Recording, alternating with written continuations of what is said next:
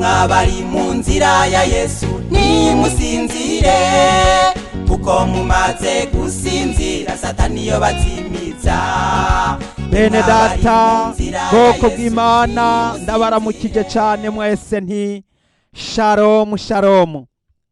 Uno munsi tugiye kuganira ijambo ry'Imana rivuga ngo uwuzokwishira hejuru wese azocishwa bugufi, ariko uwuzokwicisha bugufi wese azoshirwa hejuru. Iryo jambo turibona umwami Yesu ariko arakebura abigishwa biwe, ababuza kwirukangira ivyubahiro, ababuza kwirukangira ubutunzi n'amaronko, ababuza kwirukangira inyuma y'amazina y'ivyubahiro. Hariho abantu birukangira inyuma y'ivyubahiro mw'ishengero, ariko ndagira ngo no munsi tuganire ijambo ry'Imana ritwereka neza yuko umwami Yesu yashinze intahe avuga ati ubwami bwanje si ubwino mw'isi. Umwami Yesu baragiye kumufata ngo bamwimike, arabimenya ariruka aja kwinyegeza arihisha. Ntabwo yigeze yemera yuko bamuha icubahiro mw'isi, kuko ubwami bwiwe atari ubwa hano mw'isi. None ikibazo mwene data, mbega ubwami urimwo n'ubwino mw'isi?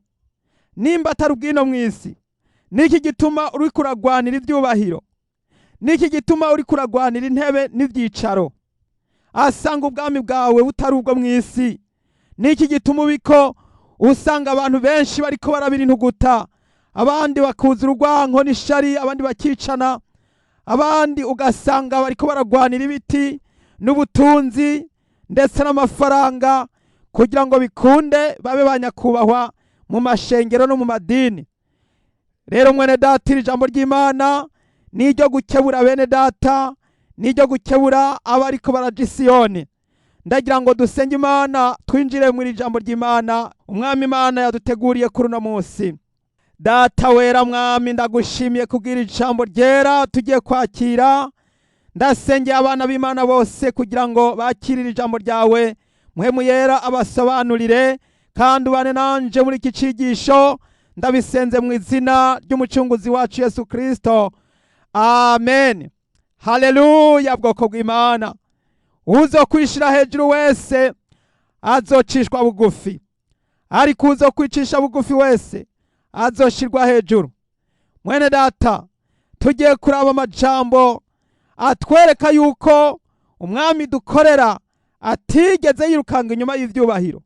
Ahantu byavuye sindahazi, ahantu byavuye yuko abashumba b'umwami Yesu aribo bariko barabira intuguta barondera ivyubahiro. Ahantu byavuye sindahazi. Mwene data, nawe aho uri isuzuma urabe niki catumye abantu bariko baragwanira ibiti no kwicara imbere no kugirwa ko bwakeye ndetse ugasanga vyakomeye. Reka dusome ubutumwa bwiza bwa Yohana igihimba ca 18 maze dusome umurongo wa 36.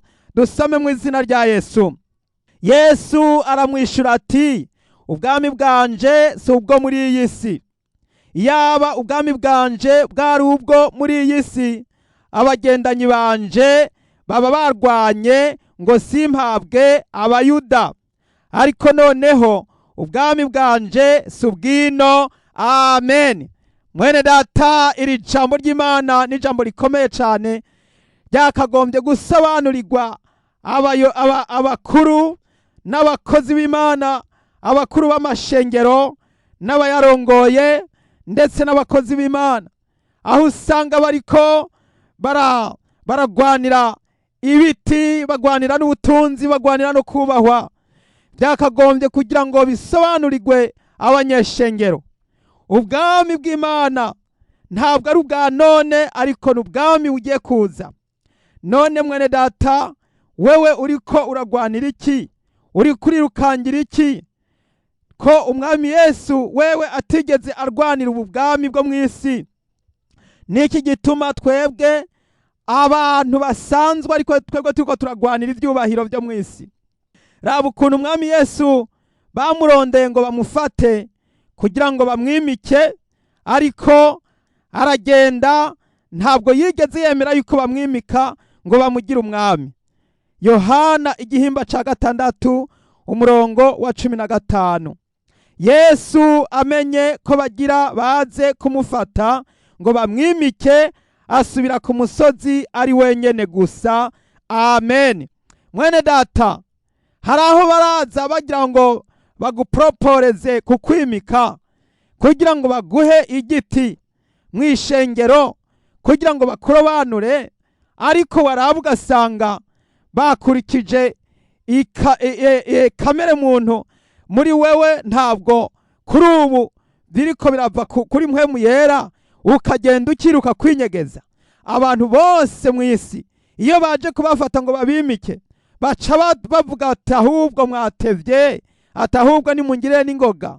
Abantu benshi basigaye barondera guhabwa ibiti mw'ishengero kugira ngo babe banyakubahwa, kugira ngo babe banyakubahwa, kandi ugasanga bikorwa mu kimenyane. Hariho n'abarinda gutanga amashimwe yo kugira ngo bacama neza. Abandi ugasanga bariko bararondera yuko boba barurangiranwa, baba abamenyekana. Mwene data, ivyo bintu birakomeye, nivyo vyatumye mu mashengero usanga haba indyane, hakaba ibibazo, abantu bakarwana, abandi ugasanga barimo barakwegana amashati, abandi ugasanga bariko baratukana amajambo mabi, abandi ugasanga barashobora gutera gwaserera, bikarinda vyagenda no muri leta. Ugasanga leta niyo yahagurutse kuza kugira ngo isukemwe amazi, bitewe nuko abantu bamaze kugira ngo barondera ubwami ku nguvu. Ndagira ngo ndabasobanurire, ndababwire nti aya madini mubona ni ubwami buriko burashingwa, ni ubwami bwashinzwe mw'isi.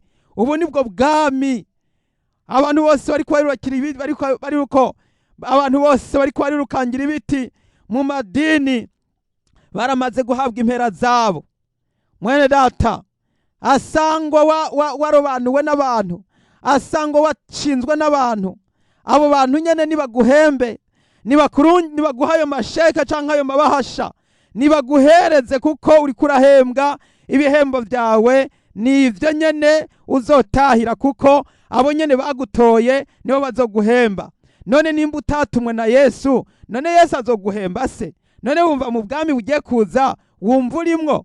Ntabwo urimwo, kuko no mu kugira ngo uhabwe ico giti warinze kurwana, canke abakiguhaye barinze kurwana. Ugasanga baragwanye bakarinda kurwana hasi kubura hejuru, kugira ngo bikunde nabo baronke igisata, baronke urwego, baronke ubukuru, nabo baronke ukuntu begeranya amafaranga, baronke ukuntu begeranya ibigira 10. Ivyo byose barabikora, ariko Imana irahoze, Imana irahora. Ariko Imana igiye kuzana ubwami bwayo, ubwami bwa Mesiya bugiye kuza, aho mwakaraguje mwaraguza gati. Ubwo bwami mwashinze sibwo, hari ubwami bwa Mesiya bugiye kuza. Haleluya! Ndagira ngo ndabatangarize yuko Mesiya agiye kuzana ingoma yiwe mw'isi. Hanyuma rero abagiye bibaza ngo aya madini nibwo bwami ngo bwategekanijwe ko buzoza, baribeshe, batambiye ibiguruka, bazotogwa n'abahumbira, kuko ubwami bw'Imana bugiye guhishurwa, ubwami bw'Imana bugiye kuza. Mesiya agiye kuza, agiye gushinga ingoma yiwe mw'isi. Rero mwene data, uno munsi kubwira ijambo ry'Imana turiko turiga rijanye n'ubukuru mw'ishengero. Uzoba mukuru, hari ijambo ry'Imana litwereka ngo ubukuru bwo mu bwami bw'Imana bumeze gute. Ninde yipfuza kuzoba mukuru mu bwami bw'Imana? Mwene data, ico ni kibazo abantu baje kubaza umwami Yesu, ati turashaka kuzoba mukuru, tuzoba abantu bakomeye, tuzoba abantu banyakubahwa mu bwami bw'Imana. Hariho abantu, ndagira ngo mbwira abantu bashaka kuzoba bakuru mu bwami bw'Imana, ntibirukira ayo madini, ntimwirukira ayo madini, ntimuronderere kuzoba bakuru mu madini. Ushaka kuba mukuru mu bwami bw'Imana, ndagira ngo mbwire ngo nimba bakugize mukuru muri ayo madini, mwene data uramaze guhabwa impera, nimba atari Yesu yahagushize ukaba wahashizwe n'abantu, mwene data suzuma wumve nawe wirohoze, nimba atari Yesu yahagushize bakaba ari abantu bahagushize, none wumva bizogenda gute? Nimba ayo mazina y'ivyubahiro, amazina bariko batanga mu madini, mu mashengero, nimba ayo mazina atari Yesu yari kwise, ukaba wagiswe n'abantu, none wumva uzohabwa iki muri ubwo bwami? Reka turabe ico bene Zebedayo babajije umwami Yesu Kristo. Bene Zebedayo barabajije umwami Yesu bipfuza kuzoba bakuru mu bwami bw'Imana. Nawe mwene data birashoboka wipfuza kuzoba mukuru mu bwami bw'Imana. None rero ubwami bw'Imana uzokwinjiramwo ntabwo ari ubwo bwo mu madini y'ivyo uri kurabona. Hariho ubundi bwami bw'Imana nyakuri atari bikanganyoni, ariko hariho ubwami bw'Imana nyakuri bugiye kuza. Imana ihabwa icubahiro. None rero ndagira ngo dusome mu butumwa bwiza bwa Mariko igihimba n'icicumi umurongo n'uwa 35. Ubukuru bwo mu bwami bw'Imana. Yakobo na Yohana bene Zebedayo baramwegera baramubwira bati, mwigisha, turagomba kuduha ico tugusaba cose. Arababaza ati, mugomba ko mbaha iki? Baramwishura bati, uduhe ngo tuze twicara umwe iburyo bwawe uwundi ibumoso mu bwiza bwawe. Maze Yesu arabishura ati, ntimuzi ico musaba. Mwoshobora kunywera ku gikombe nywerako, canke kubatizwa umubatizo mbatizwa jewe? Baramwishura bati, turashobora. Yesu arababwira ati, igikombe munywerako muzokinywerako, kandi muzobatizwa umubatizo mbatizwa jewe. Ariko gutanga ivyicaro iburyo bwanje canke ibumoso si ivyanje, shiti abo vyateguriwe. Bamwe 10 bavyumvise batangura kwitonganiriza ivya Yakobo na Yohana. Yesu arabahamagara arababwira ati, murazi yuko abavugwa ko baganza amahanga bayatwaza amanyama, kandi n'abakuru bayo bayagira kububasha, ariko muri mwebwe siko biri. Yamara ugomba kuba mukuru muri mwebwe azabe umukozi wanyu, kandi ugomba kuba uw'imbere azabe umuja wa mwese. Kuko nanone umwana w'umuntu atazanywe no gukorerwa atari gukorera abandi, no gutanga ubugingo bwiwe kw'incungu ya benshi.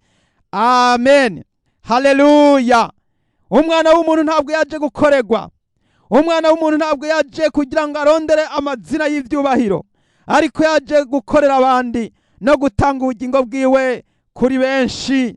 Mwene data, mbega ko Yesu yabajije ico kibazo uriteguye kucishura? Yarabajije Yohana na Yakobo bene Zebedayo ati, murashobora kunywera ku gikombe jewe nkwerako? Baramwishura bategome. Mbega ico gikombe urakizi? Uracumva ico arico?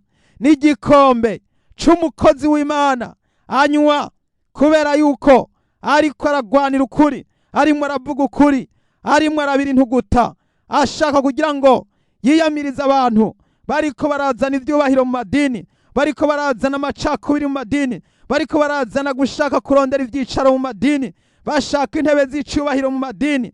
Abo nukuvuga ngo wewe mukozi w'Imana ugomba guhaguruka ukavyiyamiriza. Ico nico gikombe ugomba kunywerako. Umwami Yesu yaranse ko bamwimika, yaranse yuko bamuha ubwami, kuko ubwami bwiwe ntiharagera. Yesu yarabahakaniye, yarababwiye yuko ubwami bwabo atari ubwa hano mw'isi. None ngira ngo nkubaze mwene data, nimba mwami Yesu ubwami bwiwe butari ubwo mw'isi, abigishwa biwe wumva ubwami bwabo bwabaye ubwo mw'isi? Ntibishoboka. Nimba databuje ubwami bwiwe butabaye ubwo mw'isi, none abashumba nibo bace batsimbatara bagashinga ingoma hano ku isi? Biragahera. ntibishoboka. Aya madini ibi bintu yazanye ntabwo biri mu mugambi w'Imana. Aya madini bashinga intebe z'ivyubahiro ugasanga bagize intebe bayidugije hariya ugasanga vyakomeye.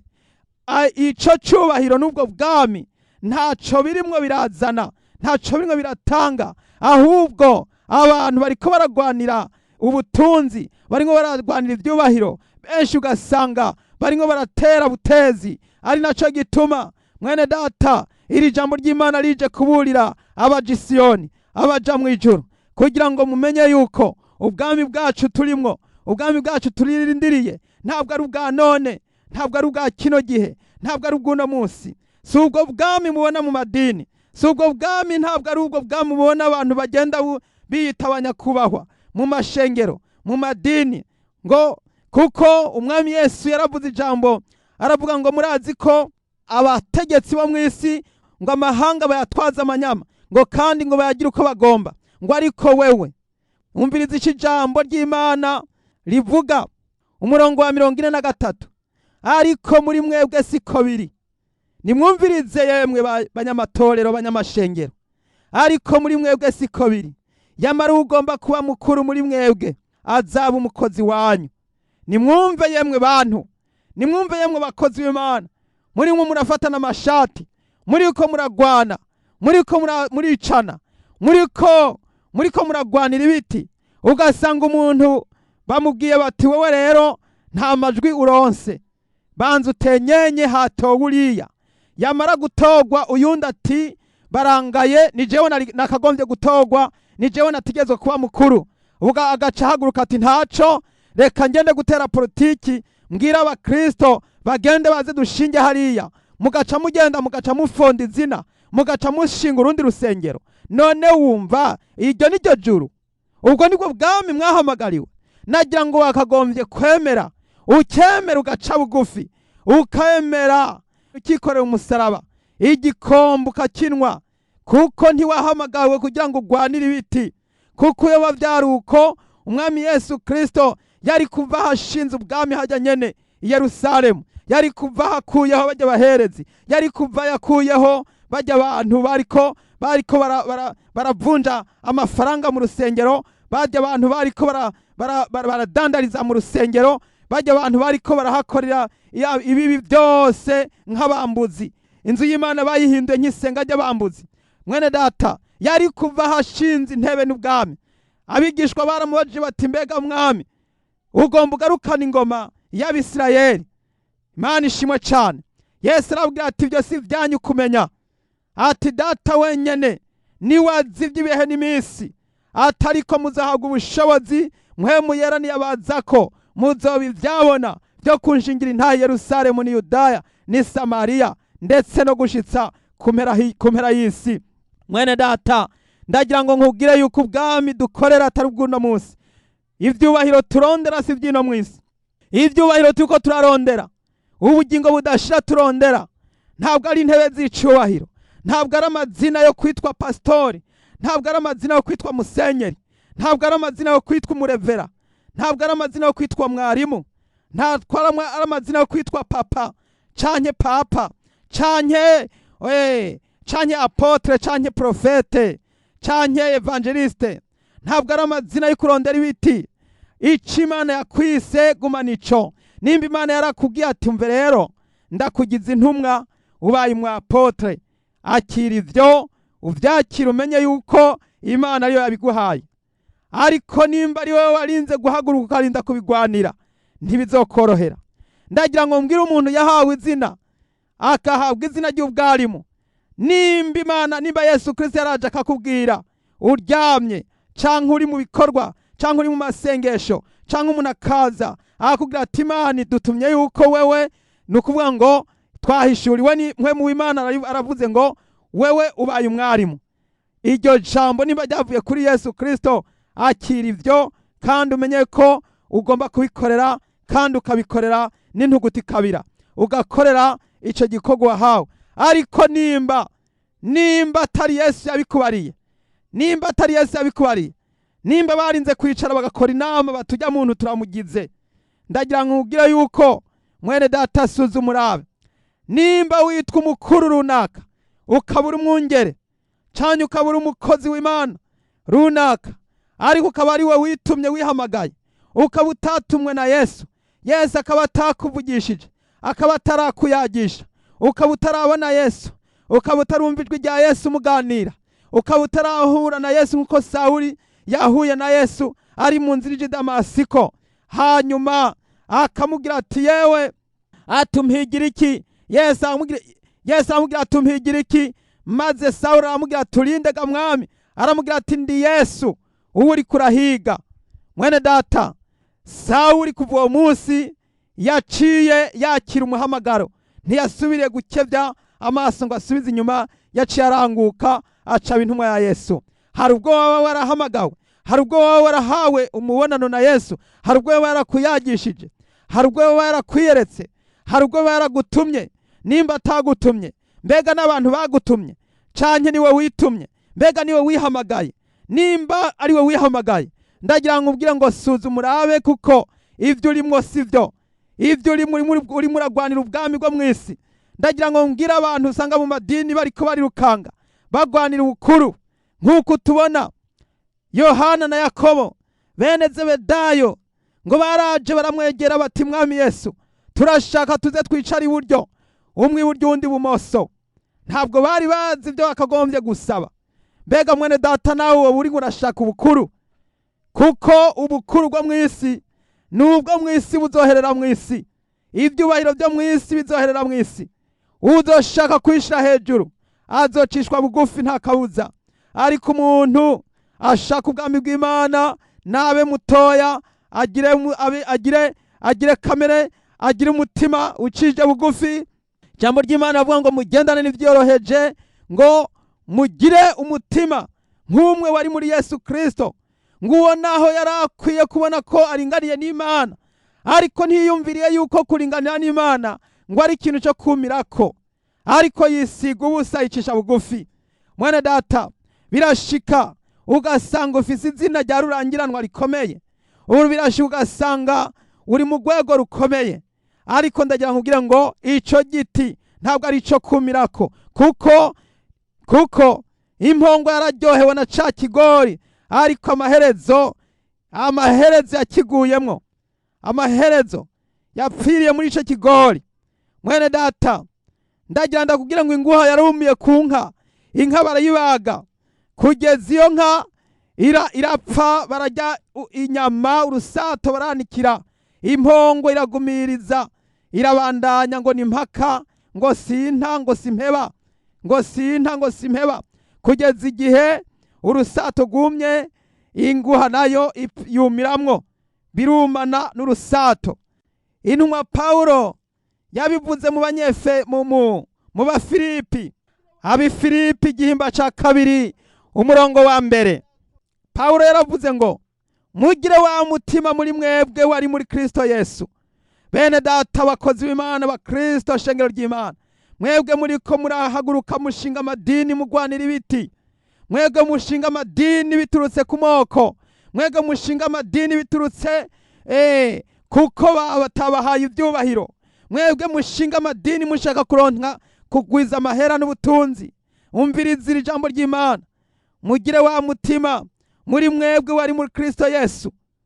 Uwo mutima wari muri Kristo Yesu n'uyuhe? Bashatse kumwimika, aragenda ariruka aja kwinyegeza, agenda ahantu ha wenyene, baramurondera bashaka kugira ngo bamwimike, ariko umwami Yesu agenda kwinyegeza.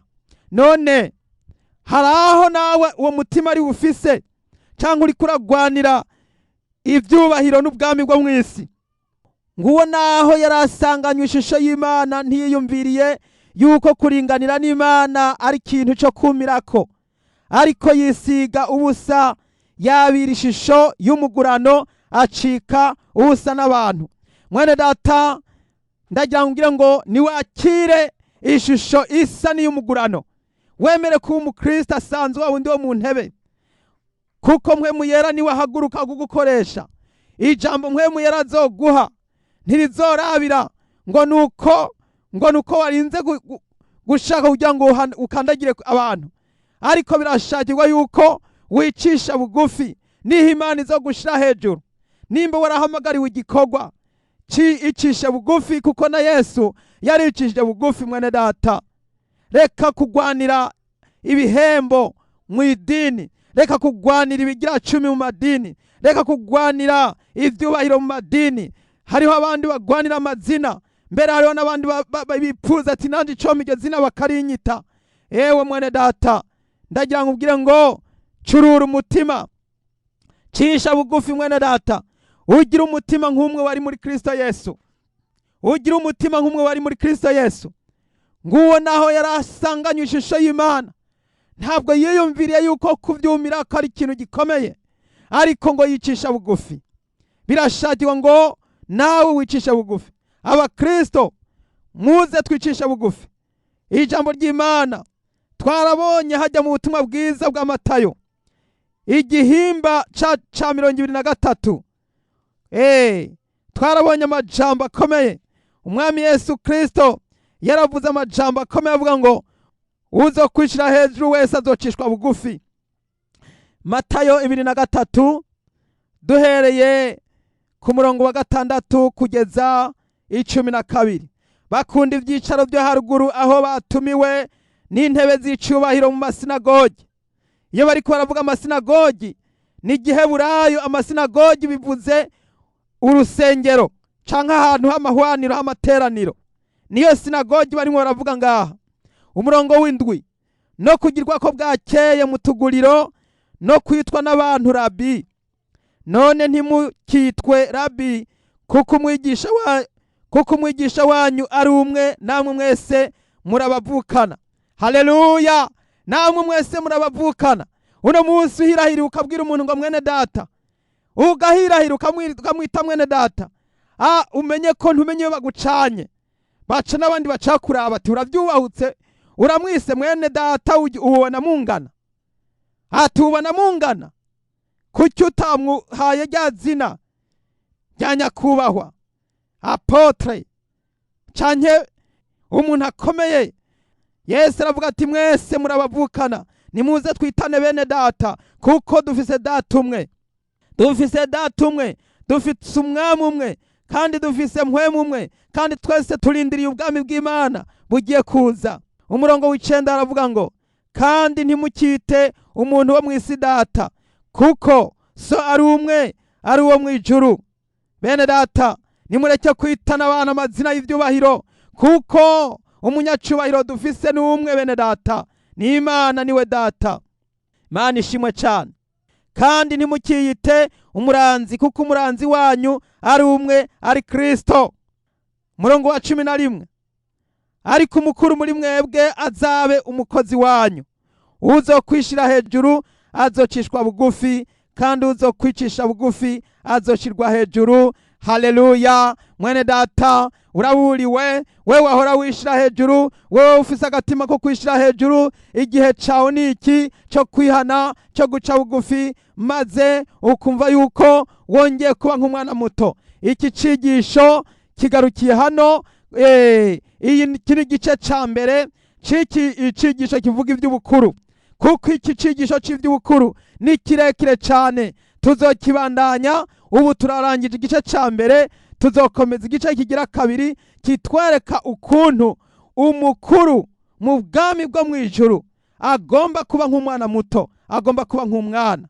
Hano turabonye yuko mu madini abariko barashaka gushinga amadini n'abashaka ubukuru mu madini, turabonye yuko mu madini ico baharonka baba bariko barashinga ubwami, kandi ubwami bariko barashinga nubwo nyene bariko barahabwa, nuko ngo ingero zabo nizo, kuko barahabwa imishahara, barahembwa ku kwezi. Mwene data, ivyo bihembo byose bariko barahabwa ingero.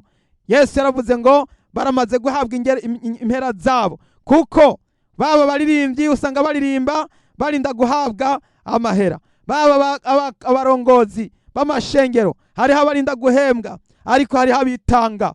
Abo rero bitanga Umwami Yesu azobagororera, ariko bajya bakorera ibihembo ubwami bwabo bariko barahabwa, nubwo ibihembo byabo nivyo. Mwene data, uno munsi igice ca mbere kigarukiyaho. tuzokomeza rero ku gice kizoba gikurikira kivuga ngo umukuru mu bwami bwo mu ijuru uwo ari we, kuko hano twabonye ubukuru bwo mu bwami bw'Imana. Ubwami bw'Imana bugiye kuza, turabonye ko ubwami bw'Imana butaraza. Ubwami bw'Imana bugiye guhishurwa na Mesiya, agiye kuza gushinga ingoma yiwe mu isi. None rero mu ijuru ninde mukuru? Tuzorabira hamwe mu cigwa kizokurikira yuko umukuru ari umwana muto. Umukuru mu bwami bw'Imana ni umwana muto. Nuticisha bugufi ngo wirimbure umere nk'akana gato, ntuzokwinjira mu bwami bwo mu ijuru. Ijambo ry'Imana Imana yampaye kuno munsi rigarukiye aha. Imana ibahezagire. Turagira ngo dusenge Imana.